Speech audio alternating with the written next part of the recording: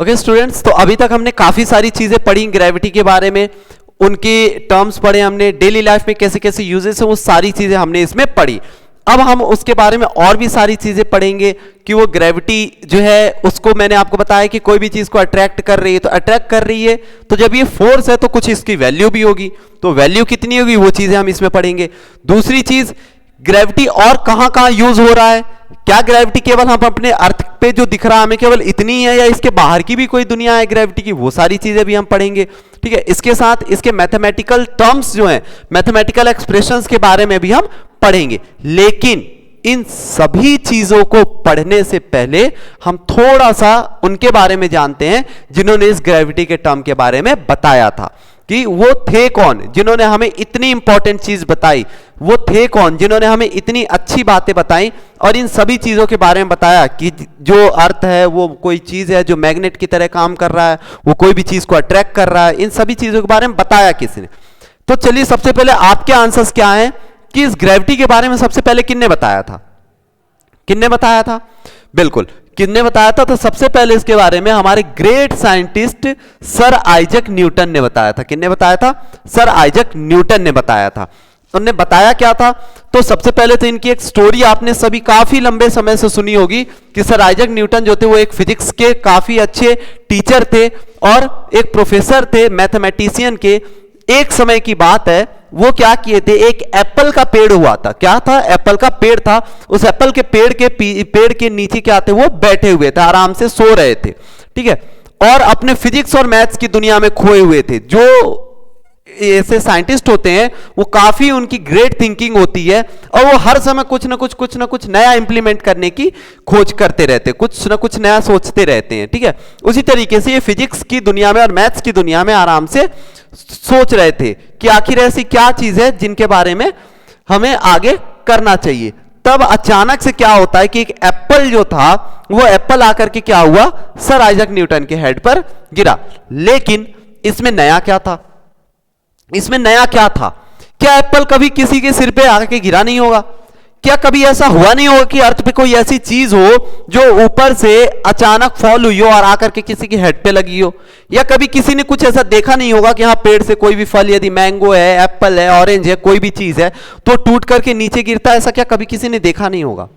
बिल्कुल सभी ने देखा होगा। जनरल सी बात है, आप भी डेली लाइफ में काफी सारी चीजें देखते हैं, फ्रूट नहीं तो कम से कम लीव्स तो आप देखते ही होंगे कि पेड़ों से पत्तियां क्या होती है, आसानी से टूट करके नीचे की ओर गिर जाती हैं।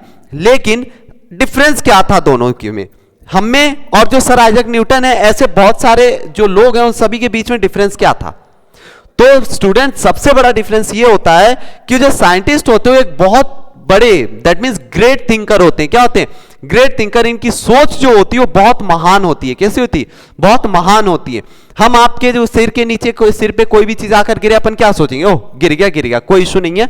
लेकिन जो साइंटिस्ट होते हैं, साइंटिस्ट ने ये नहीं सोचा कि वो आकर के गिरा, उन्होंने ये सोचा कि क्यों गिरा। यदि आप साइंस या फिजिक्स या कोई भी चीज ऐसे साइंस से रिलेटेड पढ़ रहे हैं तो आपको 3 क्वेश्चंस आपके ब्रेन में यदि रेज होते हैं, दैट मींस आपकी थिंकिंग भी कैसी है, बहुत ग्रेट है।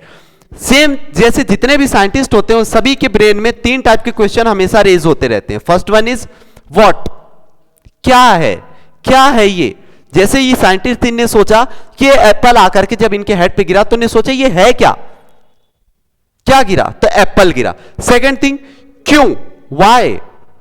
उन्होंने ये सोचा कि यदि एप्पल गिरा तो क्यों गिरा, मेरे पे ही आकर क्यों गिरा, कोई ऐसी चीज है क्या जो इसे खींच करके लाई, या पेड़ को ऐसे कैसे पता चला कि मैं इधर हूं और मेरे ऊपर उसने गिरा दिया, ऐसा कुछ है क्या?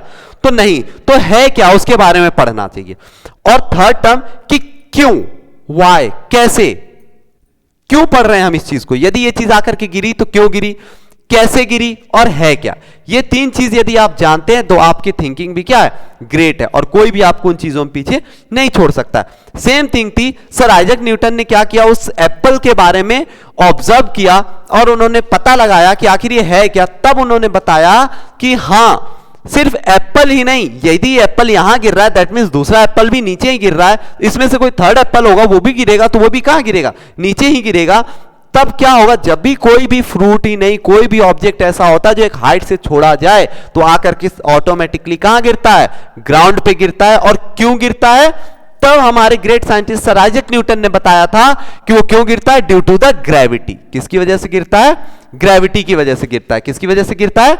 ग्रेविटी की वजह से। तब जाकर के हमें पता लगा कि ग्रेविटी है क्या, वरना उससे पहले हम क्या जानते थे कि ग्रेविटी क्या है? हमें क्या पता था कि एप्पल क्यों गिरता है? तो नहीं। तो हमारे सर आइजैक न्यूटन जी का बहुत बड़ा एक गिफ्ट बोल सकते हैं अपन, जो कि हमारे आज के लाइफ में है, जिससे हम हर एक चीज को समझ पा रहे हैं कि कोई भी चीज यदि अर्थ पे है, गिर रही है, तो क्यों गिर रही है? तो ड्यू टू द ग्रेविटी। किसकी वजह से हो रही है? Due to the gravity. अब बात करते हैं हम अर्थ की, ठीक है। तो इन चीजों को हम समझते हैं। अंडरस्टैंडिंग ऑफ द ग्रेविटी की बात करें तो ग्रेविटी को हम थोड़ा सा डीपली जाकर के और समझेंगे कि है क्या। अभी तक तो हमने ग्रेविटी के बारे में पढ़ा सिर्फ, अब उसे हम समझते हैं। तो समझने के लिए अर्थ पर आपको दो टाइप के एनिमल्स दिख रहे हैं, क्लियर है? पहला आपको एक पोलर बियर दिख रहा है, सेकंड आपको पेंगुइन्स दिख रहे हैं। अब दोनों में क्या सिमिलैरिटीज दिख रही हैं आपको? क्या चीज है? इसे समझने के लिए हमें यह पता लगता है कि जो भी अर्थ है हमारा, कौन? अर्थ के सेंटर से, कहां से? सेंटर से एक फोर्स क्रिएट हो रहा है, और वो फोर्स क्या कर रहा है?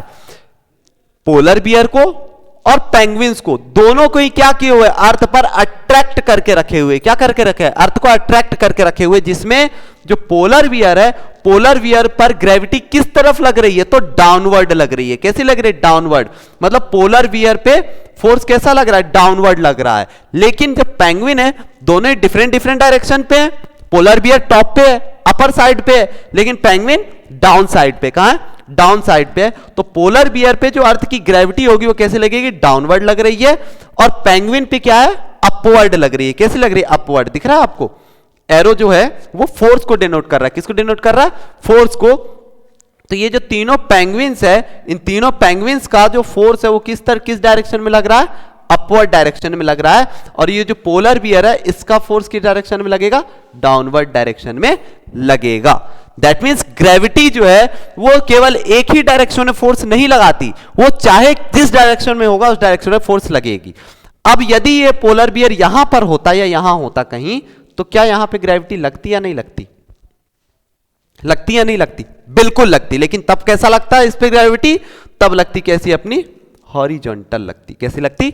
हॉरिजॉन्टल लगती। क्लियर है स्टूडेंट्स? ओके, सो नेक्स्ट देखते हैं।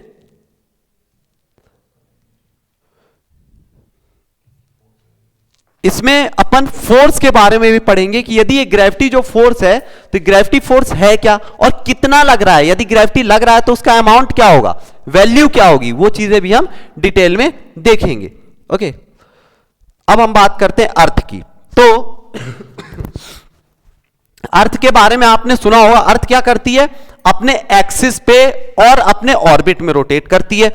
कहां रोटेट करती है? एक तो अपने एक्सिस पे रोटेट करती है और एक अपने ऑर्बिट पे रोटेट करती है। कैसे रोटेट करती है? एक ऑर्बिट पे रोटेट करती है। क्लियर है? और इनके एक्सिस पे भी रोटेट करती है। कहां? एक्सिस पे, जो उसका एक्सिस है उधर भी। ठीक है, ठीक है। ऐसा क्या होगा? वो अपने एक्सिस पे, ऑर्बिट पे रोटेट होता रहेगा। ये रोटेशन क्या है, वो किस वजह से हो रहा है?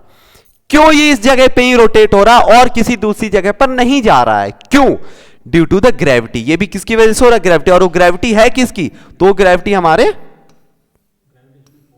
सन की है। और ये सन का जो ग्रेविटी वो फोर्स क्रिएट करता है, जिस फोर्स को हम ग्रेविटेशनल फोर्स बोलेंगे। कौन सा फोर्स बोलेंगे? ग्रेविटेशनल फोर्स बोलेंगे। अब आप सभी ने अभी तक सन के बारे में काफी चीजें सोचते होंगे कि जब समर का सीजन आता है तो समर में कितनी ज्यादा गर्मी होने लगती है। तो गर्मी होती क्यों है? तो ड्यू टू द सन होती है। तो मतलब सन हमें गर्मी दे रहा है, ये चीज हमें दिख रही है। ठीक है, विंटर सीजन्स में सन जो होता है डिले सनराइज होता है, काफी लेट से सनराइज होता है। उसमें आप कहते हैं कि सनराइज नहीं हो रहा, तो आप हमेशा अभी नेगेटिव सेंस में सन को लेकर के आप चलते हैं। लेकिन आज आपको पता चलेगा कि सन की नेगेटिव सेंस जो है वो बहुत कम है, लेकिन इसके पॉजिटिव सेंसेस जो है वो काफी ज्यादा हैं। अब वो कैसे हैं उस चीज को हम जानते हैं। तो यदि सन जो है वो ग्रेविटेशनल फोर्स क्रिएट नहीं करेगा, ध्यान से सुनिएगा स्टूडेंट्स, यदि सन ग्रेविटेशनल फोर्स क्रिएट नहीं करेगा तो अर्थ जो है अपने ऑर्बिटल में रोटेट करना छोड़ देगा। वो अपने ऑर्बिट से रोटेट करना बंद कर देगा। और क्या होगा यदि वो अपने ऑर्बिट में रोटेट करना बंद करेगा? तो जैसे ही ये सन अपनी ग्रेविटेशनल फोर्स खत्म करेगा, ये अर्थ अपना ऑर्बिट छोड़ करके और स्पेस में, दैट मींस यूनिवर्स में किसी भी जगह पर चला जाएगा जहां पर एनर्जी नहीं मिलेगी। फिर हमें क्या नहीं मिलेगी? एनर्जी नहीं मिलेगी। और जब एनर्जी नहीं मिलेगा तो क्या होगा? अर्थ पर लाइफ, हमारा सर्वाइवल जो अभी चल रहा है, वो लाइफ सर्वाइवल खत्म हो जाएगा और अर्थ भी बाकी के सारे प्लैनेट्स की तरह कैसा हो जाएगा? उस पर कोई भी ऑर्गेनिज्म नहीं रह जाएगा, सारे ही ऑर्गेनिम्स वहां से खत्म हो जाएंगे और अर्थ भी बाकी प्लैनेट्स की तरह हो जाएगा। तो क्या आप बताइए मुझे कि सन की इंपॉर्टेंस सिर्फ इतनी सी है कि वो आपको सनलाइट दे, और सनलाइट ना दे तो आप उसे मतलब अभी तक कोसते आए हैं तो ऐसा उसे कोसते रहेंगे? तो ऐसा नहीं है, बल्कि सन की इंपॉर्टेंस काफी ज्यादा है। यदि सन नहीं होगा तो हमारा जीवन भी है जो वो कि संभव नहीं हो सकता है। क्लियर है स्टूडेंट्स? ओके, सो नेक्स्ट देखते हैं।